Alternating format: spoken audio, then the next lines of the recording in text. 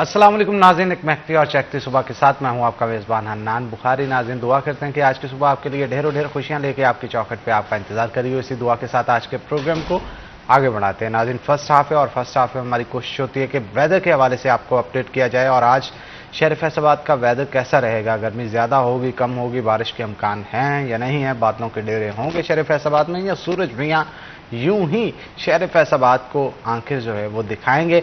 तो गर्मी की वजह से बहुत सारे शहरी परेशान भी हैं। अब दुआ की जा रही है कि अल्लाह ताला जो है वो रहमत का बादल जो है वो भेज दे शहर फैसलाबाद के अंदर, क्योंकि यहाँ पे ये देखा जाता है कि चलता चलता कहीं बादल का टुकड़ा सूरज के आगे आ भी जाता है। छाँव के अंदर भी अच्छी खासी हवस और गर्मी का एहसास जो है वो होता है। इसलिए कोशिश तो नहीं मैं कह सकता, लेकिन दुआ जो है उम्मीद जाहिर की जा रही है शहरियों की तरफ से कि बारिश जो है वो हो जाए शहर के अंदर, ताकि मौसम खुशगवार हो। कैसा रहेगा आज का वेदर, देखेंगे टुडेज वेदर में। जनाब, महकमा मौसमियात के मुताबिक तो कोई अच्छी खबर नहीं है। यही कहा जा रहा है कि आज शहर फैसलाबाद के अंदर गर्मी जो है काफ़ी ज़्यादा पड़ेगी। कम से कम दर्जा रात जो है वो 32 डिग्री सेंटीग्रेड, जबकि ज़्यादा से ज़्यादा दर्जा रात जो है वो 46 डिग्री सेंटीग्रेड रहने का इम्कान है। और पार्शली क्लाउडेड होगा वेदर, कहीं कहीं पे बादल आएंगे और कहीं कहीं पे बादल छट जाएंगे। टेम्परेचर ज़्यादा होने की वजह से ना अब शहरी काफ़ी परेशान है। हवा में नमी का तनासुब भी आज जो है वो ज़रा कम ही है, 49% है। और इसके साथ साथ हवा 2 नॉट की रफ्तार से चलेगी। और जो शहरी हैं वो काफ़ी परेशान इस हवाले से दिखाई दे रहे हैं। कह रहे हैं कि गर्मी पिछले चंद दिनों से जो पड़ रही है ना, ये जाने का नाम ही नहीं ले रही है। अब पता नहीं कब जाएगी और कब मौसम जो है वो शहर फैसलाबाद का खुशगवार होगा। लेकिन उम्मीद की सहर जो है वो कायम रहनी चाहिए और कायम है भी। बहुत सारे शहरी दुआएं भी कर रहे हैं कि वेदर जो है वो अच्छा रहे। वैसे अलबत्ता गुज़श्ता गर्मियों की निस्बत देखा जाए तो इस दफ़ा गर्मी जो है थोड़ी लेट आई है।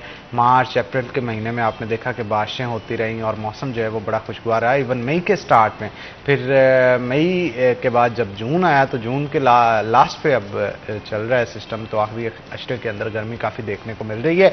जुलाई और अगस्त में भी गर्मी जो है वो काफ़ी होगी। तो ये क्लाइमेट चेंजेस है। क्लाइमेट चेंजेस की वजह से बहुत सारे मसाइल का सामना ऑल ओवर द वर्ल्ड जो है वो फेस करना पड़ रहा है। हमारे पाकिस्तान में आपको पता है कि पिछले साल जो सैलाब आया था उसका भी यही कहा जा रहा था, ये क्लाइमेट चेंज की वजह से। और पूरी दुनिया को ज़रा आप देखना चाहिए, एनवायरनमेंट को पोल्यूट होने से बचाना है, ताकि ये ग्रीन हाउस गैसेज जो है ना, ये इफेक्ट जो करती हैं हमारे एटमॉस्फेयर को, इसकी वजह से ग्लेशियर्स भी पिघल रहे हैं और बहुत सारे मसाइल का भी सामना करना पड़ा है। अब बात तो ऐसी है कि इस पर डिस्कशन की जाए तो मेरा ख्याल है बहुत लंबी चली जाएगी, लेकिन हम मेन टॉपिक की तरफ आते हैं। तो जनाब, आज टैक्सेस के हवाले से, गवर्नमेंट के जो टैक्सेस लगाए जाते हैं उसके ऊपर गुफ्तगू करेंगे। ना सिर्फ टैक्स बल्कि बजट के अंदर जो टैक्सेस के हवाले से मामला किए गए हैं और जो आने वाले दिनों के अंदर सूरत हाल नजर आ रही है, इन तमाम तर चीज़ों के हवाले से गुफ्तगू करेंगे। हमारे साथ जो आज के गेस्ट हैं उनका तारुफ मैं आपके साथ करवा दूँ। हमारे साथ इमरान मुनीर साहब मौजूद है जो कि टैक्स एक्सपर्ट हैं। आपको वेलकम करते हैं जी शो के अंदर। तो इमरान साहब, सबसे पहला सवाल तो आपसे यही होगा, गुफ्तगू का आगाज़ करते हैं और आपसे पहला सवाल यही है कि ये जो बजट आया है इसके अंदर कोई नए टैक्सेस लगाए गए हैं, और अगर लगाए गए हैं तो किस तरह से रेवेन्यू जनरेट किया जाएगा और एक्सपेक्टेड रेवेन्यू क्या होगा? देखिए, जो बजट है, बजट हमेशा मेन बजट जो जून में आता है उसमें एक चीज़ बहुत अहम होती है कि हर गवर्नमेंट की कोशिश होती है कि इस पे चूंकि तनकीद बहुत ज़्यादा होगी तो वो लोग कोशिश करते हैं कि इस बजट को लीनियंट रखें, नरम रखें, और जो ज़्यादा हैवी किस्म के टैक्सेस हैं, जैसे आपकी डोनर एजेंसीज की डिमांड है, उन टैक्सेस को वो बाद में लेके आते हैं। हर साल यही होता है कि उसके बाद मिनी बजट्स आते हैं। आप लोगों ने नाम सुना होगा मिनी बजट का। मिनी बजट क्या करता है? मिनी बजट वो जो मुश्किल फैसले होते हैं जो ये जून के बजट में रोक लेते हैं, वो उनको बाद में इंप्लीमेंट करते हैं। इस दफ़ा की गवर्नमेंट के पास एक एक्स्ट्रा एडवांटेज ये था कि इतनी बड़ी कोalition गवर्नमेंट शायद पाकिस्तान की हिस्ट्री में पहली दफ़ा बनी है, जिसमें तकरीबन सारी सियासी पार्टियां मौजूद हैं, एक को छोड़ के। तो इन्होंने जो बजट पेश करने की कोशिश की है उसमें 2 चीज़ों को सामने रखा गया है। एक तो ये है कि आगे आने वाले दिनों में इलेक्शन आ रहे हैं, तो इन्होंने कोशिश की है कि नरम से नरम बजट दिया जाए। एक तरफ इन्होंने तनख्वाहों में और चीज़ों में बेनिफिट्स दिए हैं, इजाफा किया है, लेकिन रेवेन्यू जनरेशन के हवाले से कोई एज सच नए टैक्सेस नहीं लगाए गए, मां सिवाय चंद ऐसे इनडायरेक्ट टैक्सेस के जिनके रेट बढ़ाए गए हैं थोड़े से। लेकिन अगर आपका मेन जो क्वेश्चन है कि नए टैक्सेस कौन से लगाएंगे, तो नए टैक्सेस इस बजट में कोई खास नहीं अभी तक लगाए गए। हो सकता है आने वाले दिनों में जब इलेक्शन के बाद नई गवर्नमेंट आए तो वो सारे जो कसर अभी की है वो सारी कसर निकाल दे, तो ये पॉसिबिलिटी है आने वाले दिनों में। बिल्कुल ठीक कहा आपने। आप क्या समझते हैं कि जो टैक्सेस लगाए गए हैं या जो लगे हुए हैं ऑलरेडी हमारी बिजनेस कम्युनिटी के ऊपर इनफ है? देखिए, इसमें 2-3 चीज़ें हैं।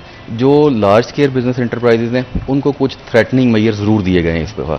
एक सेक्शन 99D को इंसर्ट किया गया है जिसके मेन इफेक्टिव बैंकिंग कंपनीज और इंश्योरेंस कंपनीज होंगे कि अगर कोई ऐसी किसी भी इकोनॉमिक एक्टिविटी की वजह से चेंज आती है तो उन पे एक्स्ट्रा टैक्स लगाया जाएगा, और ये इख्तियार FBR को दिया गया है। ये थोड़ा सा ख़तरनाक चीज़ है कि आप जब ऐसी चीज़ लगा देते हैं जिसका कोई पैरामीटर डिटरमिन ही नहीं है, यानी एक्स्ट्रा ऑर्डनरी इकोनॉमिक सर्कमस्टांसिस से आपकी क्या मुराद है? एक्स्ट्रा ऑर्डनरी कोई भी सिचुएशन आ जाती है उसमें आपको एक्स्ट्रा प्रॉफिट्स हो जाते हैं तो FBR उसको चेक करेगा और उस पर आपको एक्स्ट्रा टैक्स लगा देगा। तो ये एक थ्रेटनिंग मेजर है। इसके साथ ये किया गया है कि जो सप्लाईज और सर्विसेज आप प्रोवाइड कर रहे हैं रेगुलर बेसिस के ऊपर, उनके ऊपर टैक्स का रेट 1% इंक्रीज कर दिया गया है। यानी जो आपका टैक्स लोग काटते हैं सर्विसेज के अगेंस्ट या सप्लाईज के अगेंस्ट, उनके तमाम टैक्सेस को 1% से बढ़ा दिया गया है। तो ये कुछ चीज़ें बड़ी हैं। इसके साथ ही जो लिस्टेड कंपनीज हैं, जो स्टॉक एक्सचेंज की लिस्टेड कंपनीज हैं, उनके टैक्स में 0.25% की कमी भी की गई है। तो ये एक बैलेंस सा किया गया है। अभी तक जो मेन थ्रेटनिंग मेजर होता है ना, जिस तरह के नए टैक्सेस की बात है, वो नहीं है इस बजट में। तो ये बजट थोड़ा सा लीनियंट है उस हवाले से। लीनियंट है, बिल्कुल ठीक कहा। अच्छा, समटाइम ये कहा जाता है कि जो टैक्सेस होते हैं जब इसका टारगेट पूरा नहीं होता, जो ऑलरेडी टैक्स नेट के अंदर होते हैं उन पर दबाव ज़्यादा होता है। Is that true? ऐसे ही होता है? जी, वैसे ऐसे ही होता है। बेसिकली गवर्नमेंट के पास, अब आपके पास इस दफ़ा बड़ी मज़ेदार फिगर है कि 49% जो आपकी कलेक्शन है वो करनी है FBR ने, और वो जो अमाउंट है वो फॉर्चुनेटली और अनफॉर्चुनेटली बिल्कुल मैच कर गई है आपकी डेट रीपेमेंट से। यानी जितनी कलेक्शन 2023-24 में FBR ने करनी है वो तमाम का तमाम वो पैसा है जो कि आपने डेट रीपेमेंट में देना है। तो आपके पास FBR की कलेक्शन में से तो कुशन ही नहीं है बिल्कुल भी कि आप मुल्की की कोई निज़ाम चलाने के लिए पैसा इकट्ठा कर लेंगे। तो जितनी ये कलेक्शन आती है, ये जब टारगेट्स टाइट होते हैं तो फिर नए टैक्सेस लगाए जाते हैं ड्यूरिंग द पीरियड। जैसे इस साल जनवरी में एक मिनी बजट आया, उसके बाद फरवरी में इन्होंने सेल्स टैक्स का रेट 1% अक्रॉस दी बोर्ड बढ़ा दिया। ये दो एक बड़े मेजर चेंजिंग थी जो कि बजट के 6 माह 7 माह के बाद आई हैं। तो इसी तरह से ये हम एक्सपेक्ट करेंगे कि ये इस दफ़ा भी चूँकि इन्होंने कुछ चीज़ों में रिलीफ दिया है, जैसे सैलरी में एक बहुत बड़ी फिगर है जो सैलरी में इंक्रीज़ की गई है, तो वो पैसा कहाँ से आएगा? वो पैसा ऑब्वियसली कोई ना कोई मिनी बजट आएगा, कोई ना कोई नया टैक्स लगाया जाएगा जहाँ से वो पैसा जनरेट किया जाएगा। अदरवाइज आपका डेट रीपेमेंट के बाद पैसे आपके पास लेने के लिए आपको फिर से कर्जा ही लेना पड़ेगा। तो आपके पास रेवेन्यू जनरेशन की एक्टिविटी नहीं है और आपका बोझ फिर एग्जिस्टिंग बिजनेसमैन पे आएगा। क्योंकि इस बजट में एक जो सबसे बड़ा ड्रॉबैक आया है ना, वो ये आया है कि इन्होंने ब्रॉडनिंग ऑफ टैक्स बेस पे सिरे से कोई काम ही नहीं किया। पूरा बजट खामोश है कि टैक्स बेस को बढ़ाया कैसे जाए, जो लोग टैक्स नेट में नहीं हैं उनको लाया कैसे जाए।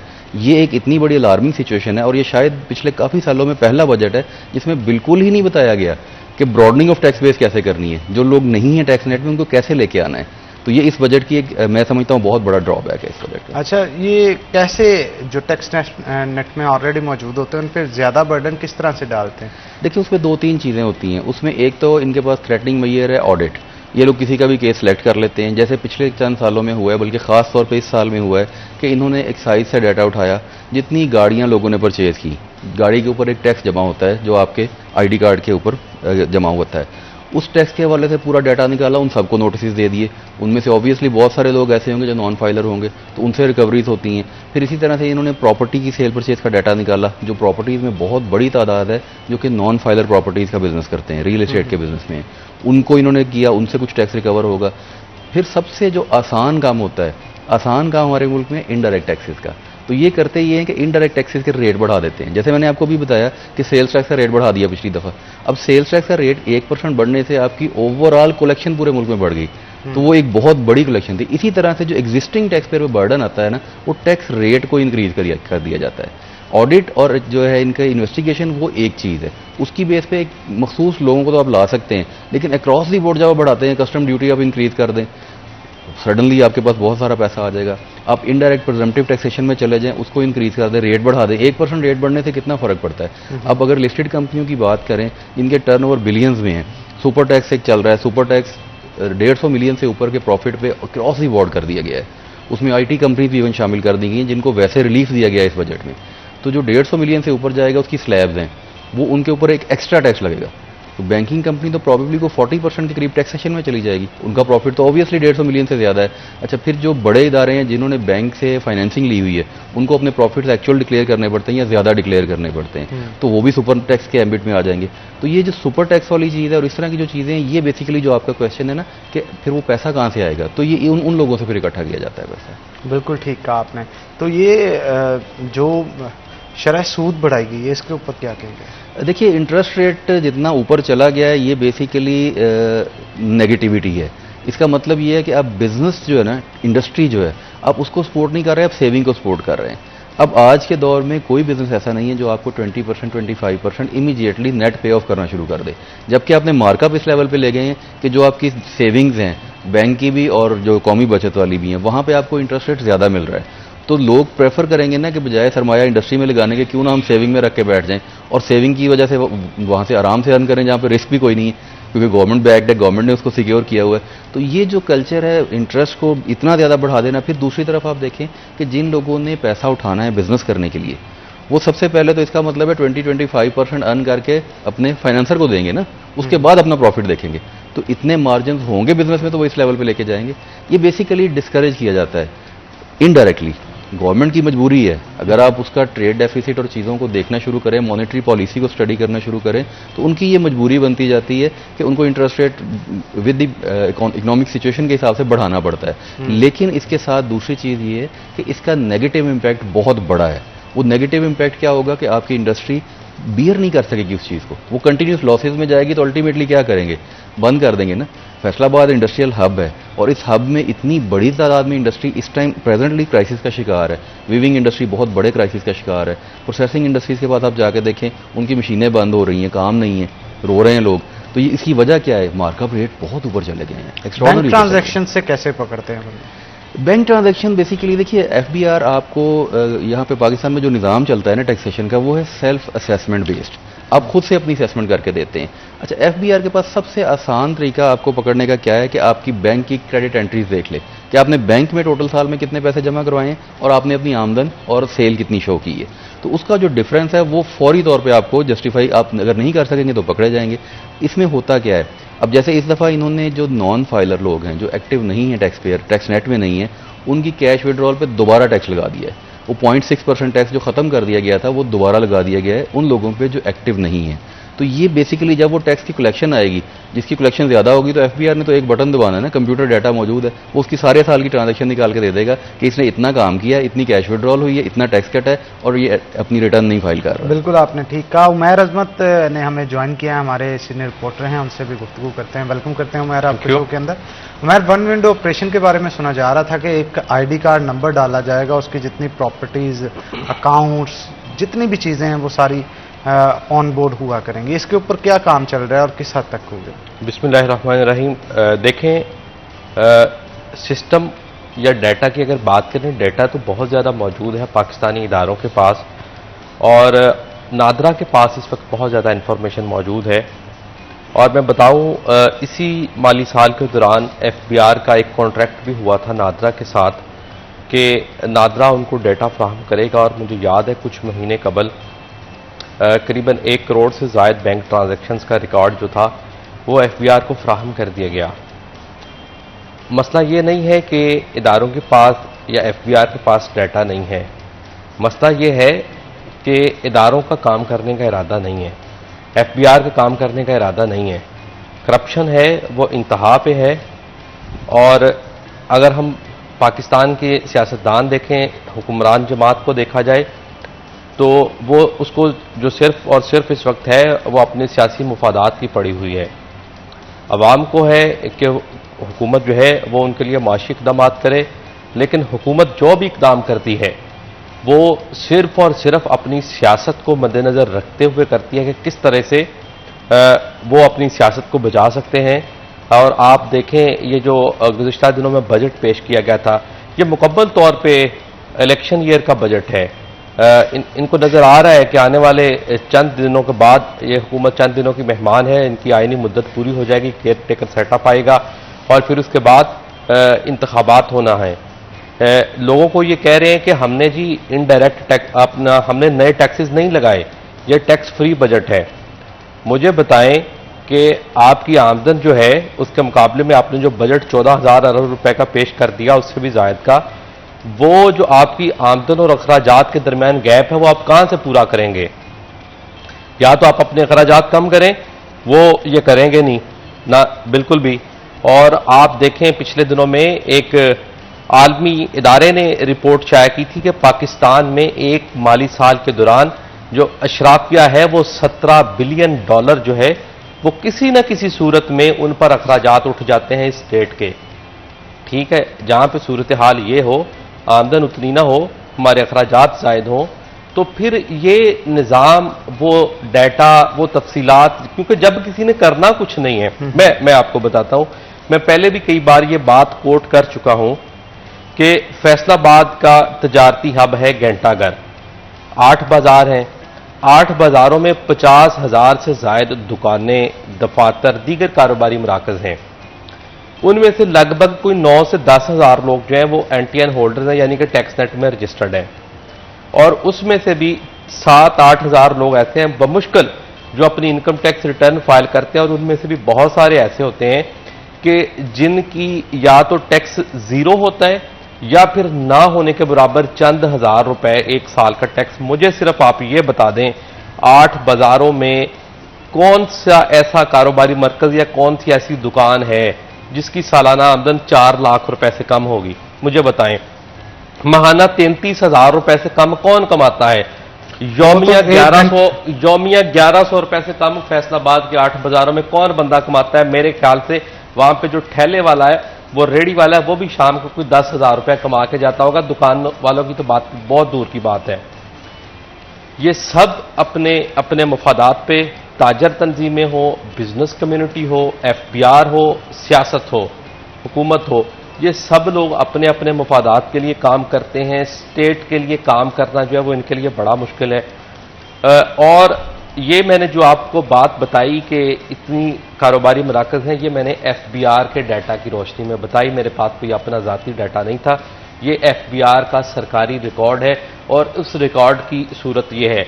उसके बाद हम चले जाते हैं जी मिंटगुमरी बाजार और कारखाना बाजार के मिड में वाक़या सूतर मंडी है, जहां पे अरबों रुपए का कारोबार होता है पर्ची पे। वो टोटली का टोटल गैर कानूनी तरीके से होता है, टैक्स नहीं आ रहा, वहां से टैक्स चोरी हो रही है, और स्टेट क्या कर रही है? कुछ भी नहीं। एफबीआर क्या कर रहा है? आंखें बंद करके देख रहा है। बस इनके जो इंस्पेक्टर्स हैं, इनके मुलाजमीन जाते हैं वहां पे, अपनी दिहाड़ियां लगाते हैं, दिहाड़ी लगाने के बाद वापस आ जाते हैं, बल्कि वो लोगों को, बिजनेस कम्युनिटी को रास्ते बताते हैं कि जी हम आपको कंसल्टेंसी प्रोवाइड करेंगे, आपने हमारी जेब गर्म करनी है तो हम आपको बताएंगे आपने किस तरह से टैक्स से बचना है।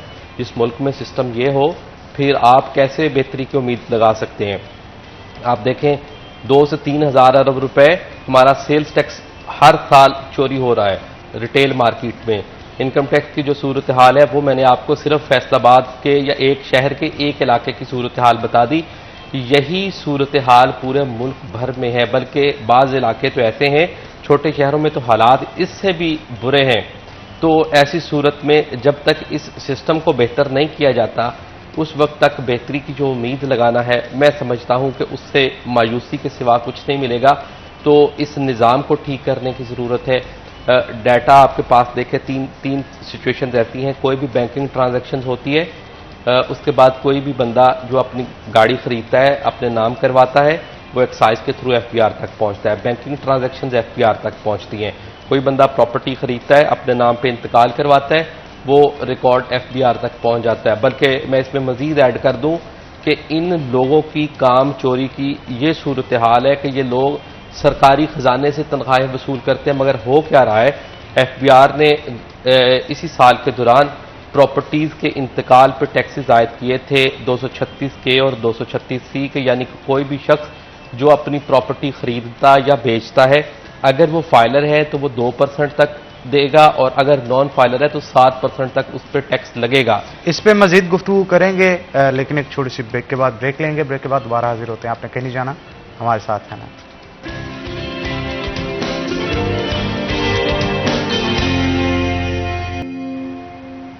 वेलकम बैक नाज़रीन, ब्रेक के बाद खुश आमदीद। हमारे साथ उमैर अजमत मौजूद है, मजीद गुफ्तगू उनके साथ करते हैं। उमैर, मैं चाहता हूँ बात जहाँ से छोड़ी थी वहीं से कंटिन्यू कर।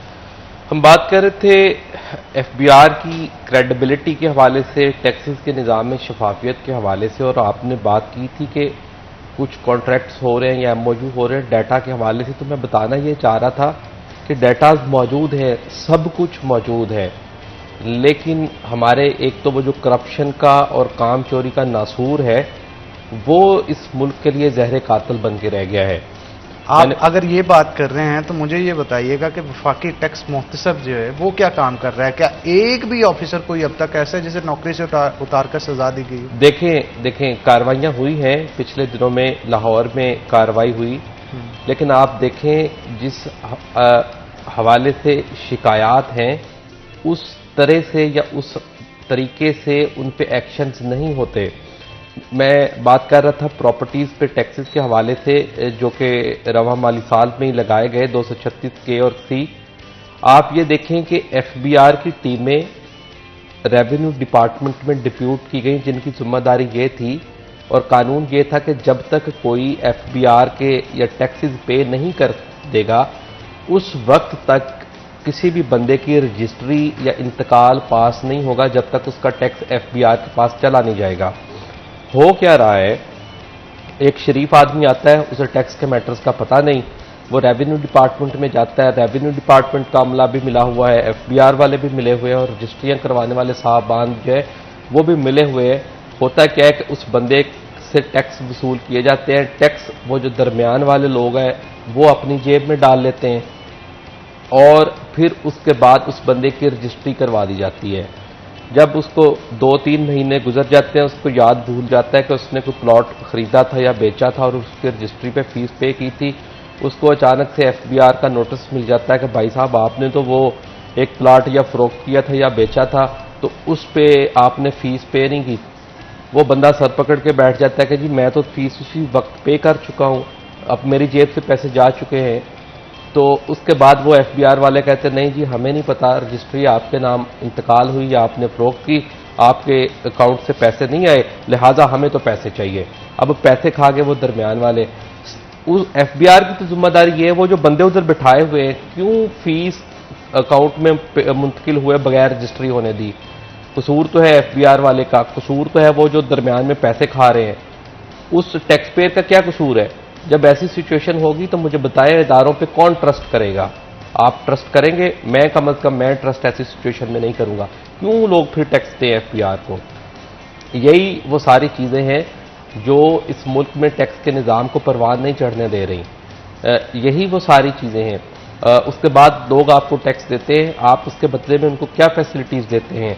आप वेस्ट कंट्रीज में चले जाएं, आप देखें वहां पे जो बड़े टैक्स पेयर हैं या जो लोग टैक्स देते हैं उनके अलग प्रोटोकॉल्स हैं। वो किसी भी इदारे में चले जाएं, वो टैक्सेस के हवाले से उनको मराहत हो, विद होल्डिंग टैक्सेस में रिलीफ्स हो, तो हर जो जिंदगी का शोबा है उसमें उनको इज्जत दी जाती है। मगर पाकिस्तान में क्या होता है, कल ही मुझे एक दोस्त बता रहा था कि फेडमिक में हम दावे बहुत करते हैं, एक कंपनी थी वो गुज़िश्ता 9 महीने से वहां पे अपनी इन्वेस्टमेंट करना चाह रही है।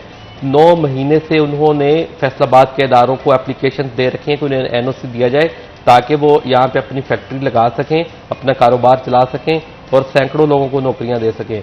मगर गुज़िश्ता 9 महीनों से एक इंस्पेक्टर उनके लिए दर्द सर बन के रह गया हुआ है और उनको आज तक उस फैक्ट्री का एनओसी नहीं मिल सके।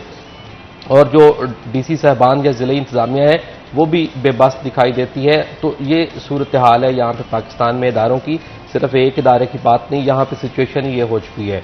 तो आप ये देखें इस पूरे निज़ाम को बेहतर करने की ज़रूरत है। हमने 14,000 अरब का बजट पेश कर दिया, ठीक है, बहुत अच्छी बात है, लेकिन आप उसमें अगर हकायक को देखें, उन्होंने कहा जी टैक्स कोई नहीं लगाया, लेकिन इनडायरेक्ट टैक्सेस को देखें, उसके मुकाबले में डायरेक्ट टैक्सेस को देखें। वो लोग डायरेक्ट टैक्स किस पे लगता है?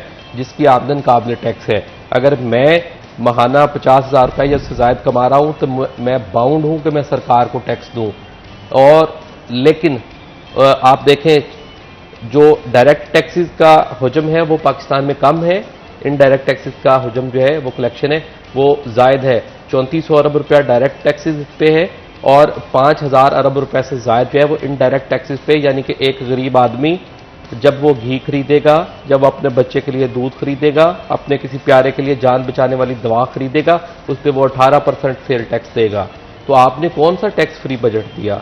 भाई आप अगर करना चाहते हैं तो आप उन लोगों को पकड़ें जिनकी आमदन काबिल टैक्स है, या वो लोग जो टैक्स चोर है, जो बासर है, उन लोगों को पकड़े, उनसे पैसा निकलवाएं। और जो गरीब आदमी पे, आम आदमी पे आपने इनडायरेक्ट टैक्सेस का बोझ डाल डाल के उसकी कमर जो है वो झुका दी है, उसकी हालत पे कुछ तरस खाएं बिल्कुल और ठीक। इनडायरेक्ट टैक्सेस का बोझ आवाम से कम करें। बिल्कुल ठीक कहा। इमरान साहब कितना एग्री करते हैं? देखिए, जो चीज़ उमैर ने कही है ना, बेसिकली मैंने आपको ये पहले बात की थी कि ये पहला बजट हमने देखा है जिसमें ब्रॉडनिंग ऑफ टैक्स बेस पे सिरे से कोई काम नहीं है। इन्होंने एक मिसाल दी है क्लॉक टावर के गिर जो मार्केट है उनकी। आप ये देखिए कि पाकिस्तान में जो सबसे बड़ा तबका टैक्स नेट से बाहर है वो ये छोटा दुकानदार है। ये एक इतना बड़ा और ये माफिया की तरह से है। ये बिल्कुल ठीक कह रहे हैं, जब सर्वे होता है, जब इन पे कोई मिनिमम टैक्स भी लगाने की बात होती है, ये हड़ताल करके दुकानें बंद करके सड़क पे आ जाते हैं। और गवर्नमेंट इनसे ब्लैकमेल हो रही है, मुसलसल हो रही है। इन लोगों को टैक्स नेट में लाना कितना ज़रूरी है। देखिए, एक इंडस्ट्री है, वो एक इंडस्ट्री अपना सारा काम बैंक के जरिए कर रही है, वो एक्सपोर्ट कर रही है, लोकल काम कर रही है, वो कितना टैक्स छुपा लेगी, वो कितना दौड़ लेगी इस चीज़ से। एक बंदा उसके अगेंस्ट ऐसी मार्केट में बैठा है जिस मार्केट में वो डेली बैठ के, इन्होंने तो बहुत थोड़ी फिगर दी है कि वो शायद 10,000 डेली कमाता है। सर, वो लाखों डेली कमाने वाले भी बैठे हैं इसी मार्केट के अंदर। यान की ट्रेडिंग, आप यान की एक जो गाड़ी निकलती है मिल से, जो एक ट्रक निकलता है जिस पे 150 या 200 बैग्स होते हैं, उसकी क्वांटिटी देखें, उस पर उसका कमीशन देखें, उसका मार्जिन देखें, कितनी मिलें हैं, कितना यान निकलता है। सिर्फ एक यान की बात हो रही है, फिर कपड़ा है, फिर प्रोसेस फैब्रिक है, पूरी एक चेन है टेक्सटाइल की, सिर्फ टेक्सटाइल की बात कर रहे हैं। फिर आप दूसरे बाजारों में आ जाएं, आपका हर बाजार एक डिफरेंट सेगमेंट में बैठा है। आपने ज्वेलर्स को एक टैक्स नेट में लाने के लिए रिटेलर की एक कैटेगरी दी, वो इस साल खत्म कर दी आपने। आपने एक कंडीशन लगाई 1000 स्क्वायर फीट की दुकान होगी तो वो वहाँ पे POS point of sale integration machine लगाएगा और सेल्स टैक्स में रजिस्टर्ड होगा, आपने वो खत्म कर दी। अब करना क्या चाह रहे हैं? एक तरफ आप बजट की फिगर्स बढ़ाई जा रहे हैं, आमदन बढ़ाने का कोई तरीका नहीं दे रहे, और खर्चे, आप इनकी बात बिल्कुल ठीक है। जैसे मैंने आपको पहले बताया कि इस साल पहली दफ़ा ऐसा हुआ है, लकीली या अनलकीली फिगर्स मैच कर गई हैं, जो कलेक्शन है वो आपने रीपेमेंट करनी है, तो अब कर के रहे हैं। ब्रॉडनिंग ऑफ टैक्स एक बहुत बड़ा सब्जेक्ट है। इन मार्केट्स को, इन ताजरों को, इन लोगों को टैक्स नेट में लाएं, सहूलत से ले आएं। हम लोग ये खुद कहते हैं, हम लोगों ने ये मुतालबात रखे हैं। इस दफ़ा पाकिस्तान टैक्स बार एसोसिएशन ने जो भी तजावीज़ दी हैं, बजट में एक भी तजवीज़ नहीं मानी गई। सिंगल उनकी जो एडवाइस है उसको नहीं कंसिडर किया गया। ये ऐसे लगता है किसी ने बना के बजट दे दिया और उन्होंने प्रेजेंट कर दिया। इलेक्शन बजट वाली बात उन्होंने बहुत अच्छी मिसाल दी है कि इलेक्शन बजट है, ये उन्हें पता है इलेक्शन आ रहा है, लेकिन मुझे ये लगता है कि ये इलेक्शन के फौरन बाद, क्योंकि ये इतने हैंड टू माउथ हो जाएंगे कि इनको मिनी बजट भी लाना पड़ेगा और एक भरमार आएगी टैक्सेस की उसके बाद, और एक तूफान आएगा महंगाई का उसके बाद। क्यों जी उमैर साहब? मैं इमरान साहब की बात से 100% मुत्तफिक हूँ। मैंने इब्तिदा में बात ये की थी कि जब आपकी आमदन और अखराजात मैच नहीं करेंगे, आपने 14,000 अरब रुपए का बजट पेश कर दिया, 7,000 अरब रुपए से ज़ायद आपके निकल गए इंटरेस्ट और कर्ज़ों की मद में, 1,800 अरब आपके दिफा में निकल गए, आप उसके बाद मनफी में चले जाएंगे, तो आपके पास फिर कितनी आमदन होगी? क्योंकि आपकी तो आमदन 9200 अरब रुपए होनी है, तो फिर वो जो ऊपर वाला खसारा है तो वो आप कहाँ से लेके आएंगे? आप कर्जे लेंगे, वो IMF पहले नहीं आपको दे रहा, आप नाक से लकीरें निकाल रहे हैं कि IMF दे रहे हैं और कर्ज, लेकिन कर्ज नहीं मिल रहा। उसके बाद दूसरी जो सिचुएशन है, फिर मिनी बजट आएंगे, अवाम पे टैक्स लगेगा। जो अब कहते हैं कि ये टैक्स फ्री बजट है, कोई लोग अगर दोबारा इक़्तिदार में है तो वो फिर मनी बजट में अवाम पे टैक्सों का मज़ीद बोझ डाल देंगे। जिस तरह रवां साल में एक मिनी बजट दे के जनरल सेल टैक्स जो इनडायरेक्ट टैक्स है उसकी रेशो में इजाफा कर दिया गया। तो मैं समझता हूँ कि ये मिनी बजट इनको लाना पड़ेगा, वो आमदन बढ़ाने के लिए, उसके बगैर कोई चारा नहीं होगा। तो चलें इस पे मजीद गुफ्तगू करेंगे, लेकिन एक छोटी सी ब्रेक के बाद ब्रेक लेंगे। ब्रेक के बाद दोबारा हाजिर होते हैं। आपने कहीं नहीं जाना, हमारे साथ हैं।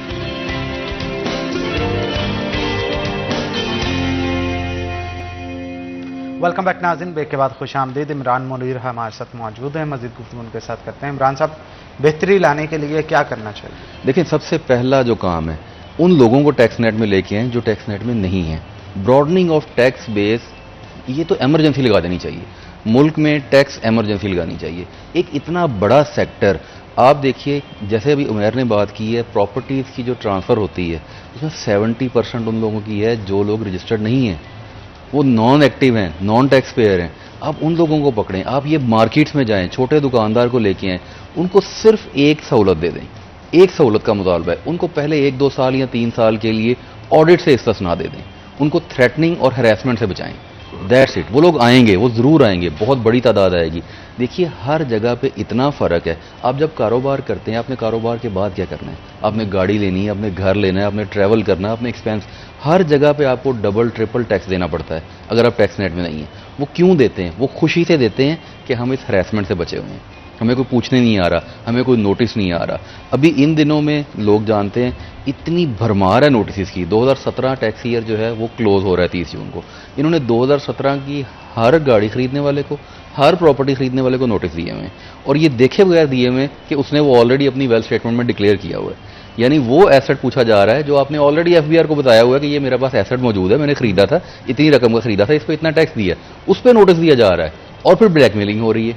अब ये वो वाहिद वजह है जिसकी वजह से वो लोग एक्स्ट्रा टैक्स देने को तैयार हैं, लेकिन वो टैक्स नेट में नहीं आ रहे। तो मेरा ख्याल है कि बेहतरी का जो सबसे ज़्यादा बुनियादी वजह है वो होनी चाहिए ब्रॉडनिंग ऑफ टैक्स बेस। नए लोगों को लेके आए टैक्स नेट में, और उन लोगों को लेके आए जो लोग टैक्स नेट में नहीं हैं, सहूलत से लेके आए। शुरू प्रिजम्पटिव से कर लें, इनडायरेक्ट कर लें। बहुत अच्छी तजवीज़ आई थी कि कमर्शियल मीटर के ऊपर एक स्लैब से टैक्स लगा दिया जाए, 3000, 5000, 8000, छोटे छोटे अमाउंट्स मंथली, वो माहाना टैक्स लगाएं। लेके तो आए उन लोगों को, उनको आदत तो बनाएं कि आपने टैक्स देना है, उसके बाद उनको उस थ्रेटनिंग और हरासमेंट से बचाएं। आप देखिएगा बहुत जल्दी हालात बेहतरी की तरफ जाना शुरू हो जाएंगे। आपने आज भी 25-26 करोड़ अवाम का budget, 38 lakh tax return file हुई है, जिसमें से 1 मिलियन इन्होंने कोशिश से फाइल करवाई है, यानी 27-28 लाख की फिगर आज मौजूद है।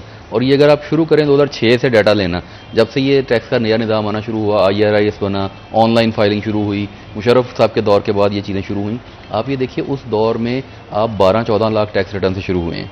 यानी अब 15 साल में सिर्फ 10-15 लाख रिटर्न बढ़ा सकें, इतने कम लोग आप ला सकें टैक्स नेट में। वजह क्या है? वजह डर है, खौफ है कि FBR के पास नहीं जाना, टैक्स जितना मर्जी ज़्यादा ले लो हमसे। ये वो वाहिद खौफ है जिसको ख़त्म करने की ज़रूरत है, और ब्रॉडनिंग ऑफ टैक्स बेस पे ये बजट बिल्कुल खामोश है। ये हमारी गुजारिश है, हमने हर एसोसिएशन के फोरम पे इनसे रिक्वेस्ट की है FBR से कि खुदारा ब्रॉडनिंग ऑफ टैक्स बेस पे काम करें, अदरवाइज जो एग्जिस्टिंग टैक्स पेयर हैं आप उनको ही निचोड़ी जा रहे हैं। उनके अंदर से कितना खून निकाल लेंगे?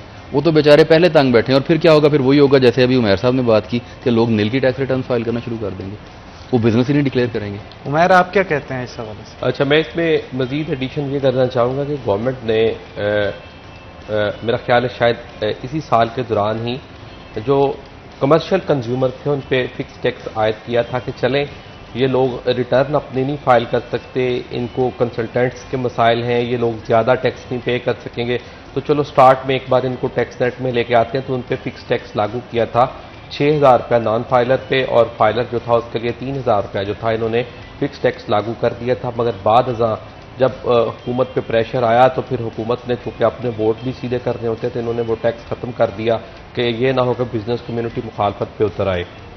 अब देखें, और फिर उसके बाद बाज़गश्त सुनाई दे रही थी इस बजट के आने से चंद रोज़ पहले तक कि इस बार जो PDM है की हुकूमत है या डार साहब हैं, ये ज़रूर उस पर जो फिक्स टैक्स है वो रिटेल सेक्टर पे आयद कर देंगे, क्योंकि पाकिस्तान में आप कह सकते हैं कि मिलियंस की तादाद में 1 करोड़ से ज़ायद लोग ऐसे हैं जो कि रिटेलर हैं या वो कमर्शियल कंज्यूमर्स हैं और वो टैक्स नेट से बाहर हैं। और अगर आप देखें उन पे थोड़ी अमाउंट में 3-4 हज़ार रुपया भी फिक्स टैक्स आयद कर दिया जाता है, तो आप देखें कि वो कितनी बड़ी अमाउंट बन सकती है। और फिर सबसे बढ़कर ये कि वो लोग कम से कम जो है वो डॉक्यूमेंटेशन में आ जाएंगे और उन रिकॉर्ड में आ जाएंगे कम से कम, और उसके बाद उन लोगों का ये पता छानबीन हो सकेगी कि आया कि इनकी आमदन किस टाइप की है और क्या इन पर मज़ीद टैक्सेस जो है वो लगाए जा सकते हैं, इनसे मज़ीद टैक्स वसूल किया जा सकता है या नहीं, मज़ीद उसकी आगे कैटेगरीज नेक्स्ट बन सकती थी। मगर आप देखें इस बजट में उसका नाम तक ही नहीं लिया गया।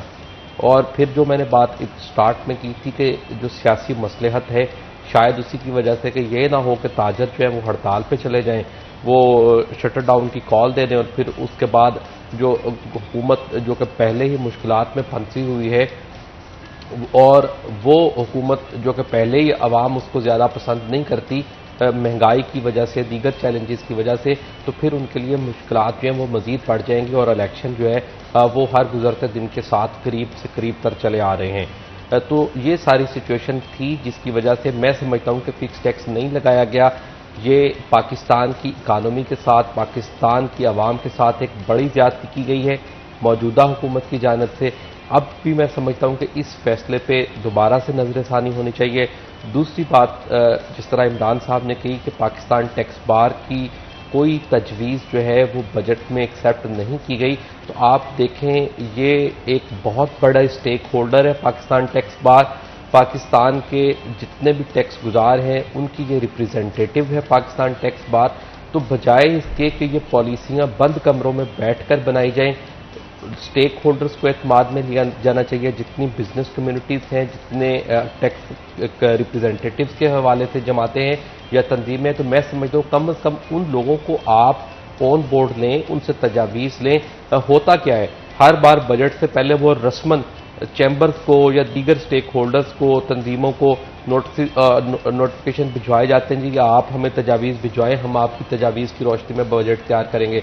लेकिन आज तक ऐसा नहीं हुआ कि कोई तजावीज़ भिजवाई गई बिजनेस कम्युनिटी की जानिब से या टैक्स गुजारों की जानिब से या स्टेक होल्डर्स की जानिब से, तो उस पर गवर्नमेंट ने इम्प्लीमेंट किया, वो चाहे पीटीआई गवर्नमेंट हो, वो पीपल्स पार्टी हो या फिर नून लीग हो।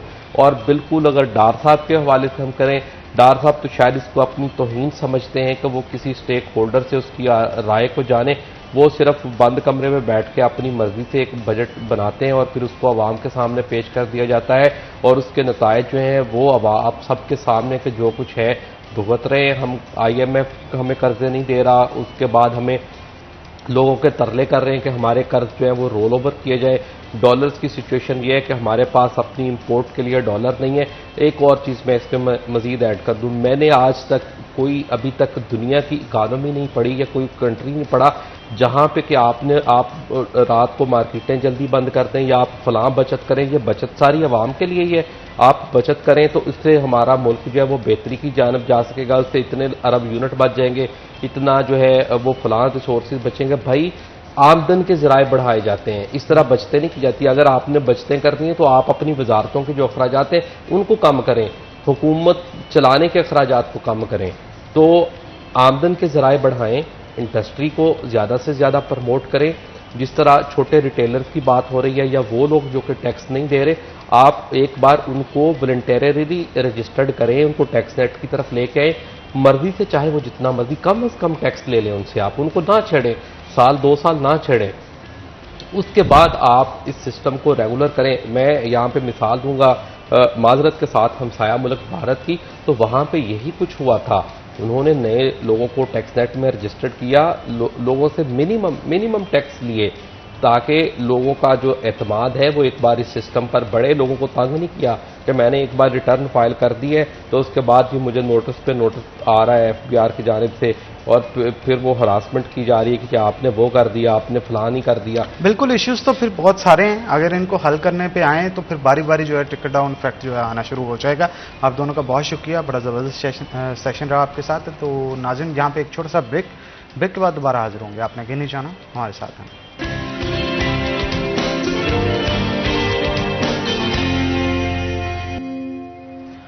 वेलकम बैक नाज़रीन, ब्रेक के बाद खुश आमदीद। नाज़रीन, आपको पता है कि सेकंड हाफ जो है हमारा स्टार्ट हो चुका है और इस हाफ के अंदर हमारी कोशिश होती है कि सबसे पहले आपको रेट्स के हवाले से आगाह किया जाए। सब्जियां, फ्रूट्स और इसके साथ साथ गोश्त के आज के रेट्स क्या होंगे, मार्केट कमेटी ने जो लिस्ट पब्लिश की है उसके मुताबिक कंपैरिजन भी करेंगे कि गुज़श्ता रोज़ की निस्बत जो है वो कितना फ़र्क है इसमें। तो चलते हैं हमारे स्पेशल सेगमेंट आज के भाव की तरफ। बिलाल डोगरा हमारे साथ मौजूद होंगे। बिलाल, बताइएगा क्या सूरत हाल है, मार्केट कमेटी की तरफ से जो लिस्ट पब्लिश की गई है उसके मुताबिक क्या रेट्स हैं आज? जी बिल्कुल, मार्केट कमेटी फैसलाबाद की जानिब से आज बरोज़ जुम्मतुल मुबारक की रेट लिस्ट जो जारी कर दी गई है। ब्रायलर मुर्गी का गोश्त मामूली सी कमी के साथ 655 से 650 रुपये किलो पे आया है। अगर अंडे फार्म की बात करें 246 रुपये दर्जन के ऊपर बरकरार हैं। सब्जियों के अंदर तेजी देखी जा रही है, फल मुकम्मल तौर पर मुस्तहकम है। टमाटर 3 रुपये महंगे हुए हैं, 54 से 57 रुपये किलो। अदरक थाईलैंड 20 रुपये महंगा हुआ है, 770 से 790 रुपये किलो। लहसुन चाइना 20 रुपये महंगा हुआ है, 330 से 350 रुपये किलो। लीमू देसी 5 रुपये महंगे हुए हैं, 185 से 190 रुपये किलो। बंद गोभी 15 रुपये महंगी हुई है, 45 रुपये से 60 रुपये किलो। फूल गोभी 5 रुपये सस्ती हुई है, 130 से 125। अरवी 5 रुपये सस्ती हुई है, 150 से 145। सेब काला कुल्लू 330 पे है, सेब सफ़ेद 220 पे है। केला 230 रुपये दर्जन है। खरबूजा 100 रुपये पे है, फालसा 170 रुपये है। आड़ू 150 है।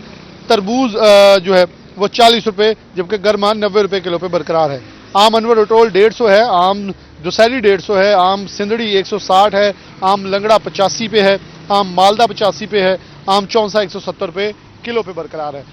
फलों में गुज़िश्ता रोज़ देखें तो मौसमी फल आम जो है इस हफ्ते के दौरान नीचे आया है, जबकि बाकी तमाम मुस्तहकम दिखाई देते हैं। सब्जियों में एक दिन कमी तो दूसरे दिन भरपूर तेजी देखी जाती है और इस हफ्ते में 2 से 3 रोज़ तेज़ी के लगे हैं, जिस बना पे सब्जियां महंगी होती दिखाई दे रही हैं।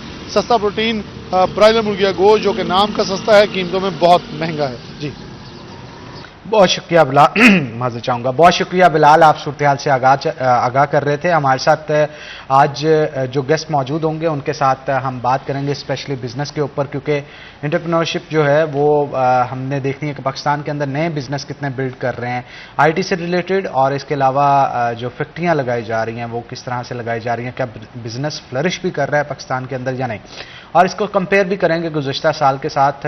कितनी जो फैक्ट्रियाँ अब तक बंद हो चुकी हैं, बिजली के रेट्स जो बढ़ते चले जा रहे हैं उसकी वजह से एक्सपोर्ट के मामलात क्या हैं, बढ़ रही हैं, कम हो रही हैं, जीडीपी हमारा किस तरफ जा रहा है, आने वाले दिनों में डॉलर का रेट मज़ीद बढ़ेगा नहीं बढ़ेगा, तमाम तर सूरत के हवाले से जानेंगे। हमारे साथ हमारे सीनियर रिपोर्टर और एंकर पर्सन शिराज भट्ट साहब मौजूद है। भट्ट साहब, आपका बहुत शुक्रिया आज कीमती वक्त देने के लिए। भट्ट साहब, क्या कहेंगे, नए बिजनेस चल रहे हैं, लग रहे हैं पाकिस्तान के अंदर, और अगर लग रहे हैं तो क्या चल भी रहे हैं? बिस्मिल्लाहिर्रहमानिर्रहीम। स्टार्टअप के हवाले से आपने बात की है तो बहुत कम इस वक्त तो रुझान है स्टार्टअप की तरफ, क्योंकि लोग अपना सरमाया, अपनी इन्वेस्टमेंट होल्ड करके बैठे हैं। The reason of that is के they are waiting for the right time. और राइट टाइम कब होता है? जब आपको डॉलर मुस्तहकम होता है, यानी कि अप्स एंड डाउन्स नहीं होते। मैं सिर्फ अप की बात नहीं कर रहा हूँ, डाउन भी नहीं होता। जब डॉलर एक जगह स्टेबल हो जाता है, आपको पता है कि इंटरनेशनल मार्केट में इस वक्त हम लोग किस जगह पर स्टैंड करते हैं, तो उसके बाद ही आप कहीं ना कहीं इन्वेस्ट करते हैं। इस वक्त हम देख रहे हैं कि नए स्टार्टअप्स जो हैं वो किसी भी बिजनेस में, खा वो टेक्सटाइल इंडस्ट्री हो, खा वो होजरी हो, खा वो नेटवेयर हो, गारमेंट्स हो, लॉन का हो, आप ये देखें, इमेजिन करें कि कई फैक्ट्रियां जिसमें एम्ब्रॉयडरी की और लॉन की जो फैक्ट्रियां होती हैं, जो प्रिंटिंग और डाइंग जिसको बोलते हैं, वो इस वक्त खसूसी तौर पर तकरीबन ना होने के बराबर उन्होंने अपनी ईद की छुट्टियां कल से शुरू कर दी। यानी मंडे से they are not opening their factory. The reason of that is the high cost, बिजली की कीमतें, गैस की कीमतें, DLTL रिफंड्स नहीं मिल रहे। ये तमाम चीज़ें इतनी ज़्यादा पाइलअप होती जा रही हैं और गवर्नमेंट की तवज्जो इस तरफ इसलिए नहीं हो रही है क्योंकि they are busy in the political issues, और पॉलिटिकल इशूज़ सिमटेंगे तो फिर आप इंडस्ट्री की तरफ तवज्जो देते हो। लेकिन सीरियसली टॉकिंग, एक एनॉलमी कमेटी बनाई गई है, और एनॉमली कमेटी का मकसद ये है कि वो हमेशा बनती है, हर साल बनती है, पोस्ट बजट कमेटी जिसको बोलते हैं। और उसका मकसद ये होता है कि वो बजट के खदोखाल, उसके अप्स एंड डाउन, उसके कवायद व ज़वाबित, उसके अंदर चेंजिंग, उसके अंदर अमेंडमेंट, अपग्रेडेशन, ये सारी चीज़ें करती है वो। और वो कमेटी बनी इस दफ़ा खुशकिस्मती से, उसके प्रेसिडेंट, उस कमेटी के प्रेसिडेंट जो हैं, चेयरमैन जो हैं, वो हमारे president Faisalabad chamber of commerce industry हैं, डॉक्टर खुरम। उन्होंने इस दफ़ा ये किया कि एनॉमली कमेटी के अंदर उन्होंने जो बजट तजावीज़ पेश की हैं, पोस्ट बजट सजेशंस जिसको कहा जाता है, वो उन्होंने डायरेक्टली पेश की हैं इसहाक को, जो वज़ीर ख़जाना है, और वो तमाम चीज़ें उनके सामने प्रेजेंट की हैं। उन्होंने जो शर्त रखी है, शर्त तो नहीं रखी, उन्होंने जो डिमांड्स अपनी रखी, उसमें सबसे बड़ी डिमांड यही कि हमें बिजली और गैस की कीमतें मुस्तहकम रखी जाएँ, एक रेट पर रखी जाएँ और 5 साल के लिए रखी जाएँ। हम आप कोई बिजनेस कर रहे हैं, आप अपनी कॉस्टिंग करते हैं, आप कहते हैं कॉस्टिंग करते हुए कि बिजली मुझे 50 रुपये सपोजिटली यूनिट पड़ रही है, 55 रुपये यूनिट पड़ रही है। आपने 55 रुपये यूनिट के हिसाब से कॉस्टिंग करके अपना बिल बना लिया, तैयार कर लिया, मेरे इतने पैसे लगेंगे, इस महीने मुझे इतनी इनकम होगी। लेकिन आपने कॉस्टिंग किसी एतबार से की है और 5 दिन बाद आपको खबर मिलती है कि हुकूमत ने बिजली की कीमतों में 2.5 रुपये सपोजिटली इजाफा कर दिया, आपकी कॉस्टिंग तो ऊपर चली गई। फ्यूल एडजस्टमेंट भी तो होता है ना, फ्यूल एडजस्टमेंट भी होता है वो, लेकिन हमें पता नहीं होता कि कब प्राइसेस अप जानी है, कब प्राइसेस कम होनी है। तो ये रीजन है जिसकी वजह से हम नए स्टार्टअप्स की तरफ जा ही नहीं पा रहे हैं। जो खोल रहे हैं वो बड़े इक्का दुक्का हैं, बहुत कम हैं, और जो लोग खोल रहे हैं, जो बिजनेस कर रहे हैं, जो स्टार्ट कर रहे हैं, they have the audacity to do that. लेकिन भट्ट साहब, आप इस चीज़ को कंसीडर करेंगे, all over the world energy crisis सबसे ज़्यादा हैं, और पाकिस्तान में तो मेरा ख्याल है क्राइसिस से भी आगे की कोई चीज़ है, क्योंकि डैम्स नए बन नहीं रहे, और ना बनने की वजह से अल्टीमेटली फिर बिजली जो है इनको प्रोड्यूस करनी पड़ती है ऑयल के ज़रिए, जनरेटर्स के ज़रिए, और वो महंगी कॉस्ट करती है। ऑटोमेटिकली फिर फ्यूल एडजस्टमेंट चार्जेस जो है वो लगाते हैं। आपको नहीं लगता कि जितने पैसे ये खर्च कर रहे हैं, इसकी एक कतीर रकम जो है डैम्स के लिए मुख्तस करनी चाहिए, डैम्स बनने चाहिए हमारे मुल्क के अंदर? इतनी ऑथेंटिक बात आपने की है कि एक दफ़ा आपको याद होगा, पिछली गवर्नमेंट में इन्होंने पैसे इकट्ठे करना शुरू किए थे। आप इवन ATM में जाते थे, अपने कैश विड्रॉ करते थे, और वहां पे भी आपको डैम्स के लिए कुछ ना कुछ करना पड़ता। तो ये चीजें करनी चाहिए मेरे ख्याल में। मुझे लगता है कि ये बड़ा जबरदस्त एक डैम बनेंगे, ऑब्वियसली हमारी बिजली जो है वो सस्ती होगी, उसकी अवेलेबिलिटी होगी। बिजली हमारे पास अभी भी डिमांड एंड सप्लाई का इतना फर्क नहीं है जितना हमारे पास बिजली की डिस्ट्रीब्यूशन के इश्यूज आ रहे हैं। बिल्कुल, लैंड लॉसेज और फिर बहुत सारी चीजें जो है वो देखने को मिलती है। बहुत शुक्रिया भट्ट साहब आपका, आप आए। नाज़रीन, यहाँ पे छोटा सा ब्रेक के बाद दोबारा हाजिर होते हैं। आपने कहीं नहीं जाना, हाँ साथ है ना।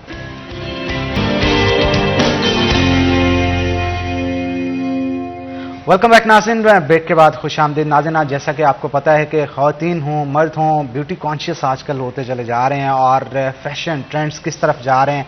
सूरत हाल पाकिस्तान की जहाँ पे इकनॉमिकली अनस्टेबिलिटी की तरफ है, लेकिन फैशन सेंस जो है वो लोगों की बहुत अच्छी होती चली जा रही है।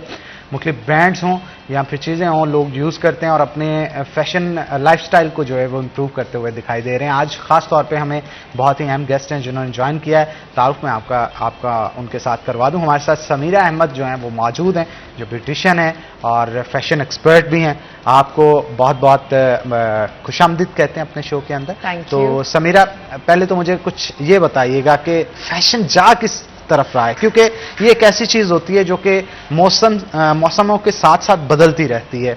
रंग भी नए नए आते रहते हैं। जैसे मौसम बाहर का है तो समर कलेक्शन और तरह की होती है, विंटर और तरह की होती है।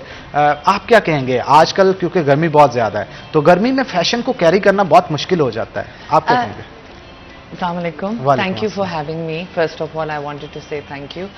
Basically, मैं आपके साथ यहाँ पे ज़रा डिसएग्री करूँगी। I understand कि गर्मी से colours more you go into neon colours and you know bright colours आ जाते हैं, लेकिन फैशन एक ऐसी चीज़ है कि आप कभी उससे बोर नहीं हो सकते and you need it in your life. जो फैशन है इट्स अ वाइब, ठीक है ना, एंड जो आपका लाइफ स्टाइल है और सारा कुछ है, fashion is something which presents you. So whatever you like you convert that into fashion which comes into your dressing, ठीक है, which comes into your आपका जो सेटअप होता है सारा कुछ। सो इसी को हम सोचते हुए हम एक स्टोर खोल रहे हैं। हमारी ओपनिंग इंशाल्लाह मंडे, कमिंग मंडे को है, बाय द नेम ऑफ बुधवार कलेक्शंस। सो बुधवार is a French word and it means bedroom. So anything you have in your bedroom you will find in my store. ठीक है, और हमारे पास बंदों की मेंस वेयर हैं जिसमें you name it we have it, ठीक है, और ऑल उसमें जो हमने ब्रांड्स रखी हैं वो सारी अब्रॉड की हैं, हमने कोई लोकल ब्रांड नहीं रखी। Moving on to ladies wear, उसमें भी हमारे पास makeup, perfumes, jewellery, glasses, summer hats, long summer dresses according to the weather हमने किया हुआ है। उसके बाद किड्स वेयर है, उसमें भी हमारा पास सब कुछ है। And then in the end we have हमने ये फिर सोचा कि हम लोग एक सैलून भी लेडीज के लिए, आपको पता है as us women we love to keep ourselves fit and to look good. Makeup तो हमारी जिंदगी की एक नेसेसिटी दुनिया बन गई है, जो कि हमने उसको वो भी हमने बीच में रखा हुआ। आपने कहा कि बेडरूम के अंदर जो चीज है वो आप everything what you have in your bedroom we have it in our. अब मेरा सवाल यहाँ पे ये है कि बेडरूम में होना क्या क्या चाहिए, क्योंकि ये क्या चीज है जो फर्क डालेगी कि यार ये चीज पैशनेट मतलब फैशन से रिलेटेड है और ये आउट ऑफ फैशन है? जैसे कि परफ्यूम, वो तो आपकी नेसेसिटी और वो it comes under beauty and fashion, correct. Makeup we can not live without makeup, ठीक है। अब तो स्किन केयर, अब तो बंदों में भी बड़ा ट्रेंड आ गया, men they want to look good, ठीक है ना, and your skin is your first impression. आपकी स्किन अच्छी होगी you will look good even with or without makeup. Am I right? बिल्कुल बिल्कुल ठीक कहा आपने। अच्छा, ड्रेसिंग के हवाले से क्या कहेंगे? ड्रेसिंग सेंस कैसे इंप्रूव की जा सकती है और कैसे हम इस चीज को मुंतखब करेंगे कि जनाब ये इन ट्रेंड है और ये आउट ऑफ ट्रेंड है? आई थिंक अब जो सोशल मीडिया की वजह से बहुत अवेयरनेस आ गई है कि what is in trend, what is off trend, ये तो बहुत अब वो हमारे पास ये we have an easy access, everyone has mobiles, everyone is on social media, वहाँ से हमें बड़ी इंस्पिरेशन मिल जाती है। फिर हमारे पास पर्सनल स्टाइलिस्ट भी हैं। So let's suppose you are not too sure, आपने किसी इवेंट पे जाना है या you want to change your wardrobe, you can walk into our store, you can book an appointment with us, there will be a personal stylist waiting for you. आप उसको बताएं कि आपकी क्या preferences हैं, what you want, how you want to change, आप क्या बीच में लाना चाहते हैं, तो we will assist you in that. Fashion और कंफर्ट, इन दोनों का क्या रिलेशन? फैशन होता है तो आप कंफर्ट भी फील करते हो, comfortable. When you are confident you are comfortable, आपको नहीं लगता समटाइम बंदा कॉन्फिडेंट भी नहीं होता, कंफर्टेबल भी नहीं होता, और चीज़ें जैसे कि सपोज बहुत सारे लोग ऐसे होते हैं जो ट्रेंड को फॉलो इस तरह से करते हैं कि मूवीज़ और ड्रामास के अंदर जो चीज़ें देखते हैं, फ्लां एक्ट्रेस ने ये पहना था, मुझे ये चीज़ चाहिए, अब वो उस पर सूट भी नहीं करती होती, वो फैशन के अंदर है, ट्रेंड के अंदर है, लेकिन वो उस पर सूट नहीं कर रहा होता जो उसे मांग रहा होता है। तो वो इन चीज़ों को हम कैसे चेंज करेंगे? इन चीज़ों को हम ऐसे चेंज कर सकते हैं कि हमें थोड़ा सा अपने ओन पे कॉन्फिडेंट होना चाहिए, अपने अंदर फैशन सेंस लाना चाहिए, अपने आप को ग्रूम करना चाहिए। ग्रूमिंग के लिए like I said you need to, grooming में काफ़ी चीज़ें आ जाती हैं। Like I said skin care is a part of grooming. ठीक है, आपकी स्किन अच्छी होगी, you will groom well. Dressing भी आ जाती है, ठीक है ना। Like some people are very bold, they don't care कि वो कैसे, उन्होंने वही पहनना है, ठीक है ना। और उसको उनको समझ, which I really like about people जो बहुत बोल्ड होते हैं कि उनको दे डोंट केयर, ठीक है, they just want to look good and they want to follow someone. So colours के हवाले से क्या कहेंगे? समर कलर्स आप कौन से समझते हैं? Bright colours and white. Bright I and love white. bright color. I'm into neon these days. I think like yellow, green, ठीक है, bright colors, white. I love white, cream. Summer में तो यही चलते हैं। समटाइम्स ये होता है ना, क्योंकि आप सैलून भी खोल रहे हैं, बहुत सारे लोग आके अपने एक्सपेरिमेंट्स खुद से करना शुरू कर देते हैं, ब्यूटी एक्सपर्ट से नहीं मशवरा करते, हमें ये चाहिए, ये आप जो है वो बेस यूज़ करें, ऐसा मेकअप कर दें, आई शेड्स ये बना दें, तो वो फिर एक अजीब सा बन जाता है बंदा ना लास्ट। लेकिन हम उनको बता देते हैं, हम उनको एग्जैक्टली बता देते हैं, जैसे हम उनको देखते हैं हम कहते हैं this is what we think you should do। अगर वो कहें नहीं जी मुझे ये नहीं, लेकिन अब ये कि मैंने देखा है फैसलाबाद में बहुत अवेयरनेस आ रही है। I think it's because of the social media, the influencer जिनको वो फॉलो कर रहे हैं, तो काफ़ी अवेयरनेस आ गई है, तो दे डू लिसन। ये नहीं है कि वो नहीं सुनते, लेकिन फिर भी if they're specific about something then we do tell them कि देखें जी इट्स ऑन योर शोल्डर, अगर ये नहीं आपको लुक पसंद आएगी तो it will be your fault. तो आजकल तो वैसे आपने देखा होगा ब्राइड ग्रूम ये दोनों बड़ी मैचिंग के साथ, और अब तो शादी पूरी का थीम सेट किया जाता है, बिल्कुल, कि जो हॉल होगा वहाँ पे डिकोर किस कलर का किया जाएगा, फिर ड्रेसेस किस कलर के होंगे, शूट्स बड़े स्पेशलाइज्ड किए जाते हैं, तो इनको किस तरह से मैनेज करते हैं आप? बस वो मैं ये कह रही हूँ ना, अवेयरनेस आ गई है, ठीक है ना, और it's very easy to manage because it's good कि bride and groom comes with a vision, ठीक है ना। ब्राइड को पता है कि जी उसको क्या मेकअप चाहिए, which helps us a lot. पहले जो होता था लाइक जैसे आपको पता है अवेयरनेस नहीं थी, तो it was too white, everything was, they just wanted to look white, और पिक्चर्स में बहुत बुरा लगता था। तो अब ये कि actually it has made our life easier कि अवेयरनेस आ गई है and they have theme which I really like, at least it's with their own will and wish. Beauty experts, क्योंकि आप ब्यूटिशियन भी हैं, तो मुझे थोड़ा सा ये बताइए, ख़वातीन जो होती हैं उनको अपनी स्किन को फ्रेश रखने के लिए जैसे बहुत सारा मेकओवर की चीज़ें यूज़ करती हैं, डाइट का कितना अमल दखल होता है? कितना अमल दखल होता है इस चीज़ में? कितना अगर आप अच्छा खाते हैं, वो कहते हैं ना जो खाता है इंसान नहीं दिखता। अच्छा, डाइट की बात कर रहे हैं, यस इट डज, बहुत फ़र्क पड़ता है, लेकिन देखें आजकल मैंने देखा है कि काफ़ी ख़वातीन एंड मर्द हजरात they just want to use anything on your skin. देखें स्किन इज़ योर फर्स्ट, जब आप मुझे मैं अगर आपको देखूंगी I will look at your skin, from there मैं आपको I will be able to जज कि आप कितने हाइजीन है, कितना अच्छा खाते हैं, ठीक है। Healthy eating is very important, but skin care routine you have to follow it.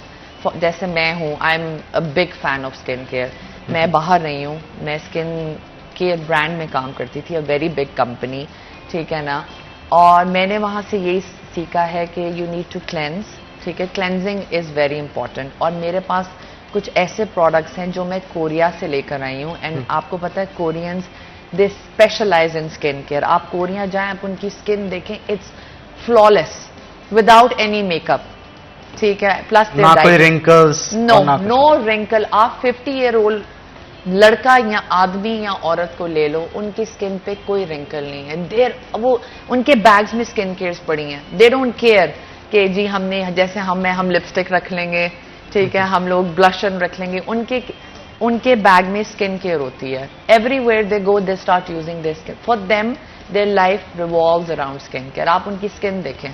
ठीक है, स्किन केयर की आपने बात की, और अगर आप कह रहे हैं स्पेशली कोरिया से आप प्रोडक्ट्स लेके आ रहे हैं, डिफरेंस क्या है उन प्रोडक्ट्स में? वो कौन सी मैजिकल चीज़ है जो यूज़ करते हैं? बेसिकली देखें जी, ऑर्गेनिक है, it's 5th grade medical generation का है, so it's all plant based. आपकी स्किन नो मैटर किस टाइप की होगी, इट विल सूट यू. ये नहीं कि it's for sensitive skin, it's for dry skin, it's for normal skin. No, it caters to all skin type. और आप उसको यूज करेंगे, आपको कोई एलर्जी रिएक्शंस नहीं है, इसका कोई साइड इफेक्ट नहीं है, एंड इट्स अमेजिंग. देयर थोड़े से एक्सपेंसिव हैं, देखें अच्छी चीज हमेशा एक्सपेंसिव होती है, लेकिन रिजल्ट्स फ्लॉलेस हैं. फ्लॉलेस. मैं 1 साल से यूज कर रही हूँ. देखिए, मैं कोई चीज अपनी बुटीक, अपने सैलून में नहीं लाऊंगी जब तक मैंने खुद इसको टेस्ट नहीं किया होगा, क्योंकि स्किन के अगेन स्किन ऐसी चीज है कि पहला इंप्रेशन ही स्किन है, ठीक है ना. मैंने उसको ट्राई किया, उसके अमेजिंग रिजल्ट्स हैं. I had really bad dark circles. Because I used to, when I was working in London, I used to wake up 6 o'clock in the morning, come home by 9, 10. I used to be exhausted, और आपकी skin पे नजर आता है. I had really bad dark circles, but now, alhamdulillah, I go to my salon and my boutique without makeup. So, जैसे आपने skin care की बात की, जितना इंपॉर्टेंट स्किन केयर होता है उतना इंपॉर्टेंट हेयर केयर भी होता है. बिल्कुल. और उनके वही हम ट्रीटमेंट्स कोरिया से लेकर आए फॉर हेयर एज वेल. अच्छा, कोरिया से आप ज्यादा चीजें? हाँ जी, सब हमारा सैलून में जो स्किन केयर है and hair treatments are from Korea. यहाँ पे एक कंपनी है जिनको उन्होंने डिस्ट्रीब्यूशन दी, और हमें एक्सक्लूसिव डिस्ट्रीब्यूशन है फॉर फैसलाबाद, जो कि हम अपने सैलून में लेकर आ रहे हैं, अपनी बुटीक में लेकर आ रहे हैं. ठीक है. तो हेयर केयर में क्या क्या चीजें हैं और किस तरह से आप बालों को जो बेसिकली जो लोग हैं जिनका बहुत सवेयर हेयर फॉल है, एलोपेशिया आजकल बहुत कॉमन हो गया है, स्पेशली हमारी खवातीनों में, ठीक है, उसके अमेजिंग रिजल्ट्स हैं. आप उसको 4 हफ्ते यूज करो. एक ट्रीटमेंट हम देते हैं सैलून में, उसके बाद आप अपने घर में फॉलो अप कर सकते हो ट्रीटमेंट. उसके रिजल्ट्स अमेजिंग हैं. मैं तो जहां भी जाती हूं मुझसे लोग पूछते हैं. अच्छा, ये चीजें तो हम बता देते हैं, उससे ये बेहतर होगा, वो बेहतर होगा, लेकिन वो बेहतर होगा कैसे? उसमें कौन से ऐसे इंग्रेडिएंट्स हैं जो कि नेचुरल भी हम कह देते हैं, लेकिन नेचुरली है क्या? It's all plant based. It's all exosome में है, प्लांट के. एलोवेरा लाइक इसमें डिफरेंट टाइप ऑफ उसमें इंग्रेडिएंट्स हैं जो हेयर रिलेटेड है. उसमें जो ये 5th ग्रेड मेडिकल जनरेशन है, ठीक है. इसमें एक्सोजम है, इसमें स्टेम सेल्स हैं. आपने स्टेम सेल्स प्लांट के स्टेम सेल्स हैं, जो कि क्या करते हैं, इनकी अपनी मेमोरी नहीं होती.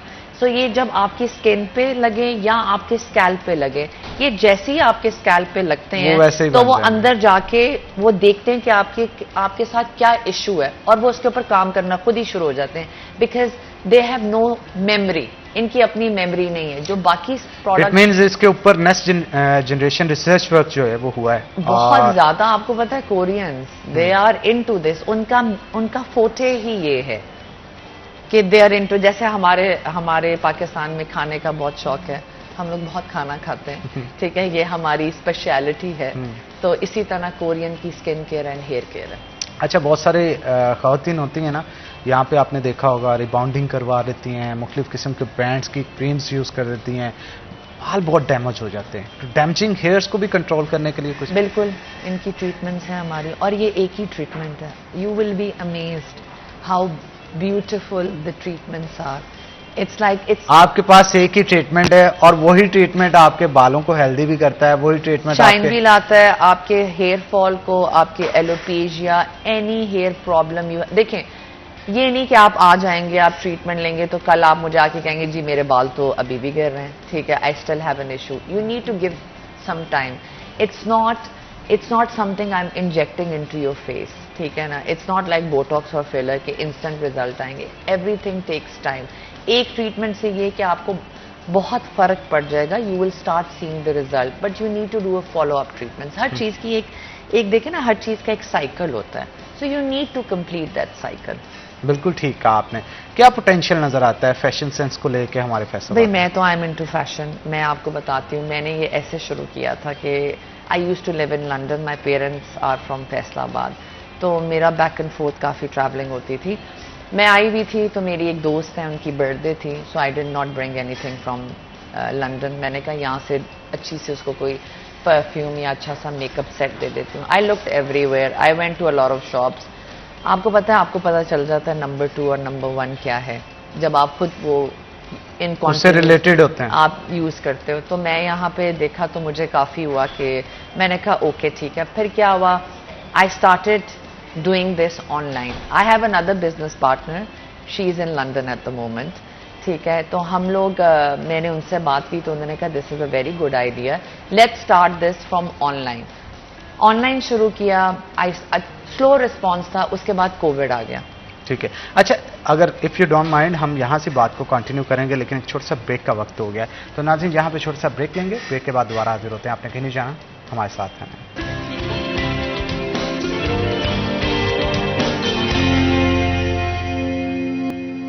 वेलकम बैक नाज़रीन. ब्रेक के बाद खुश आमदीद. हमारे साथ समीरा शाह मौजूद है, मजीद गुफ्तगू उनके साथ करते हैं. तो समीरा, क्या कहेंगी? एक तो होता है ना कि ट्रेंड सेट होता है, और मजीद अगर ट्रेंड आपने सेट करना हो, क्योंकि जब वेस्टर्न को ईस्टर्न के साथ मिक्सअप करते हैं ना, तो उससे भी एक क्रिएटिविटी आती है, बड़ी नई चीज. क्लासी लुक आती हाँ, है. क्लास की लुक आती है. मैं ये जानना चाह रहा हूँ, क्योंकि आपके पास एक्सपोजर जो है वो लंदन का भी है, यहाँ के कल्चर को भी अच्छे से समझते हैं. तो क्या नया क्या आने जा रहा है? नया जो हमारी ऑडियंस मांगेगी, ठीक है ना, I will give them my own. ये तो आपको मेरे स्टोर में आके मैं आपको बताऊंगी ना. मैं सब तो टीवी पे नहीं आपको बता सकती. अगर मैं कहाँ पे स्टोर, ये भी थोड़ा सा बता दें ताकि ऑडियंस को पता चल जाए. अच्छा जी, we are located East Canal Road पे हैं, and plaza number 79 Green Avenue. ये गर्वेश होटल है, उसके बिल्कुल बैक साइड पे है. और हमारी ओपनिंग हो रही है on the 26th which is on Monday. So I want everyone to be there, come and support us. ये बिल्कुल डिफरेंट है, बहुत एक्सक्लूसिव है. आप लोगों ने इधर फैसलाबाद में अभी तक मैंने ये ऐसी जगह नहीं देखी. मैं आपको बता रही थी कि how I came up with this idea अभी जब हम ब्रेक में थे. तो मैंने आपको जैसे पहले भी मेंशन किया था कि I was looking for something. तो मैं काफ़ी जगहों पे गई. यू कैन टेल कि नंबर 1 क्या है, नंबर 2 क्या है. तो फिर मैंने ये ऑनलाइन शुरू किया था. अच्छा रिस्पांस था, बट कोविड आ गया. कोविड में माशाल्लाह माय बिजनेस वेंट रियली माशाल्लाह वेल. तो फिर मैंने सोचा कि आई थिंक फैसलाबादीज जो हैं, जैसे मैं भी फैसलाबाद से हूँ, we all deserve to have a good store here. ठीक है, रादर देन यहाँ के लोग लाहौर जाके शॉपिंग करते हैं, वही लोग हमारे पास आएँ और हमारी चीज़ें देखें. अगर उनको वहाँ स्टोर में नहीं मिलती, हम उनके लिए लंदन से ऑर्डर भी कर सकते हैं. बिल्कुल, लंदन से ऑर्डर की जाएंगी चीज़ें जनाब. अगर आप अपनी ब्यूटी को लेके कॉन्शियस हैं तो अच्छे प्रोडक्ट्स का यूज़ जो है वो करें. इससे आपकी ब्यूटी में निखार भी आएगा और देखने वाला आपकी तारीफ भी करेगा. ख़वातीन जो होती हैं वो तारीफ के लिए फिर उनको बहुत कुछ करना पड़ता है, अपनी स्किन केयर को भी देखना पड़ता है. अच्छा, कॉम्बिनेशन के हवाले से मुझे थोड़ा सा बताएं. स्किन केयर, उसके साथ ड्रेसिंग, ज्वेलरी भी आ जाती है, और ज्वेलरी तो खवातीन की कमजोरी समझी जाती है. क्या ज्वेलरी के प्रोडक्ट्स भी होंगे? हाँ जी, हमारे पास बिल्कुल ज्वेलरी के प्रोडक्ट्स भी हैं, और वो हाई ब्रांड के हैं. अगर इनको कोई स्पेसिफिक चीज़ चाहिए जो कि हमारे पास अवेलेबल नहीं है, we can order it. It takes 2 to 3 weeks for it to be delivered to Faisalabad. Now everything has become very easy.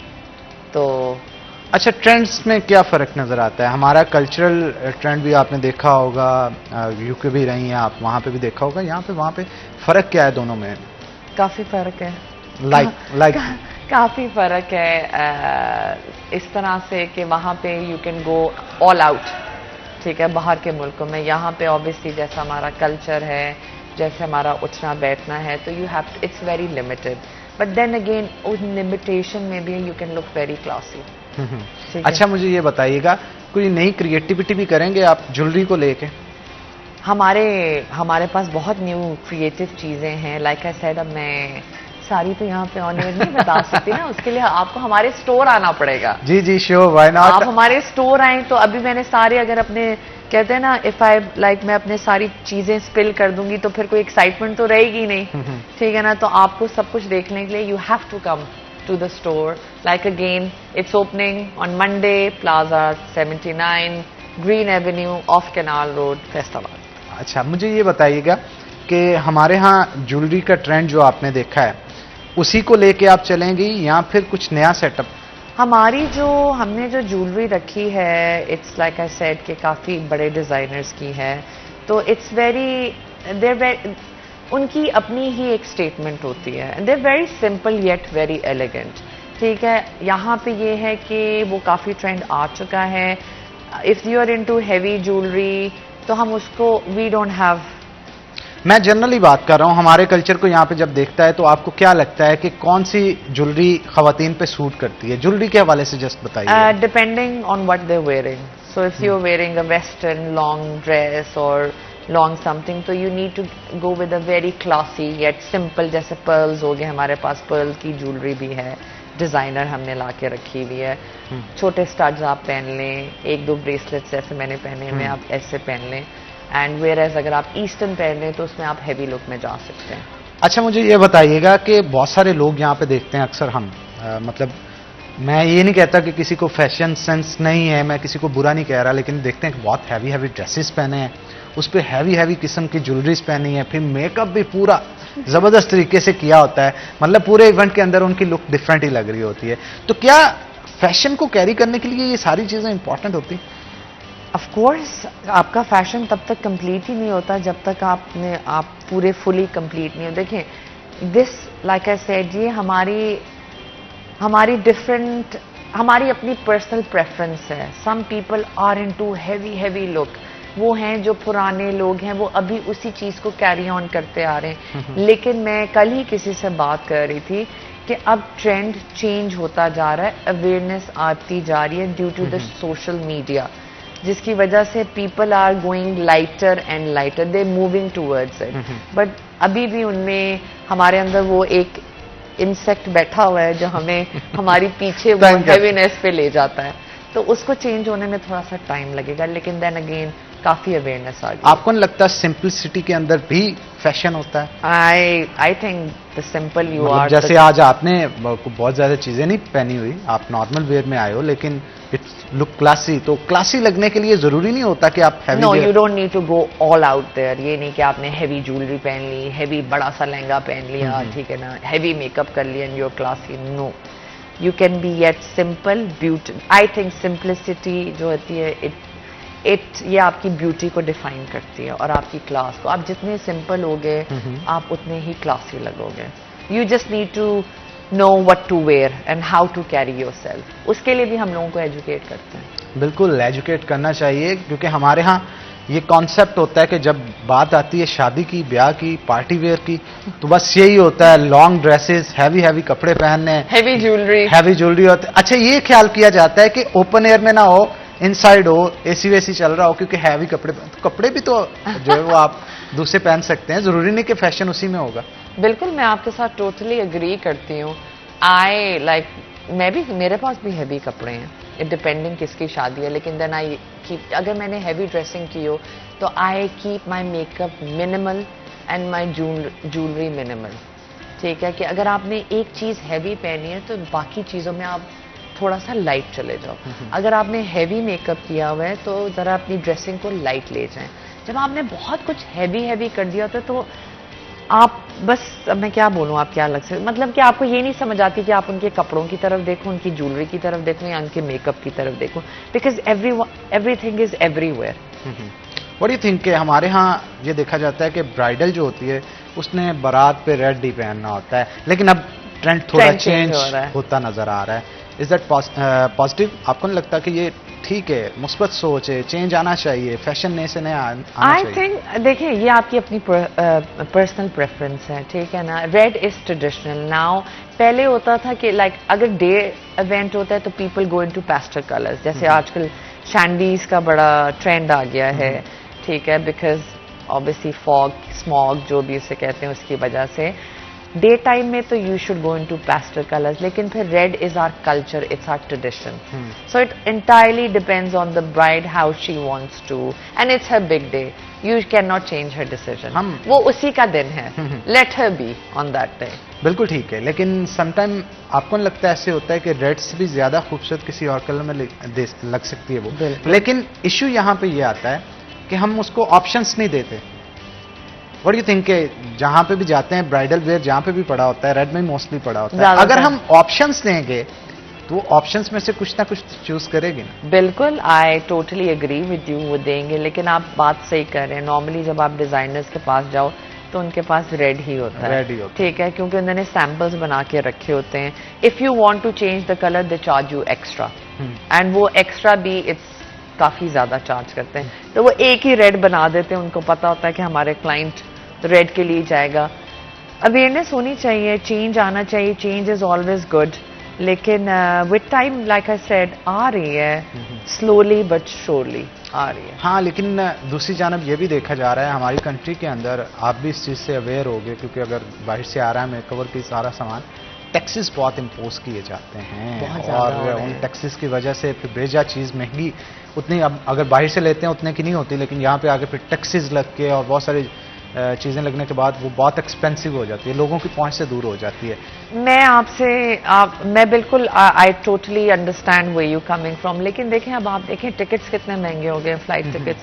अगर आप यहाँ से कहीं भी जाएंगे आप टिकट के भी तो पैसे दे रहे हैं ना, फिर आप वहां पे जाके होटल में रहेंगे उसके भी तो आप पैसे दे रहे हैं ना, होटल स्टे, खाने पीने के भी तो आपके पैसे है ना। इसलिए तो मोस्टली अगर कोई जाता है उसे कह दिया जाता है भाई आते हुए तुम ले आओ, एग्जैक्टली। लेकिन ये है कि अगर आप जब आप this is what I tell people is well कि यही लोग बाहर जाके they are willing to spend, but वही लोग यहाँ आके they are not willing to spend. तो विच इज लाइक ये this has to be changed, because आप जा रहे हो, tickets are expensive, hotel stays there like, अब तो आप देखें कि इकोनॉमी हमारी कहाँ जा रही, पाकिस्तान रुपये की तो कोई वैल्यू नहीं रही। और दूसरी जानब जब आप बात करते हैं कि नेचुरल प्रोडक्ट्स हैं, तो नेचुरल प्रोडक्ट्स में फिर ख़वातीन की ये भी कोशिश होती है कि अगर नेचुरली हैं तो हम उनके इंग्रेडिएंट्स जान के घर पे ही उसे बना लिया जाए। लेकिन देखें इसके हर चीज़ के पीछे एक टेक्नोलॉजी होती है।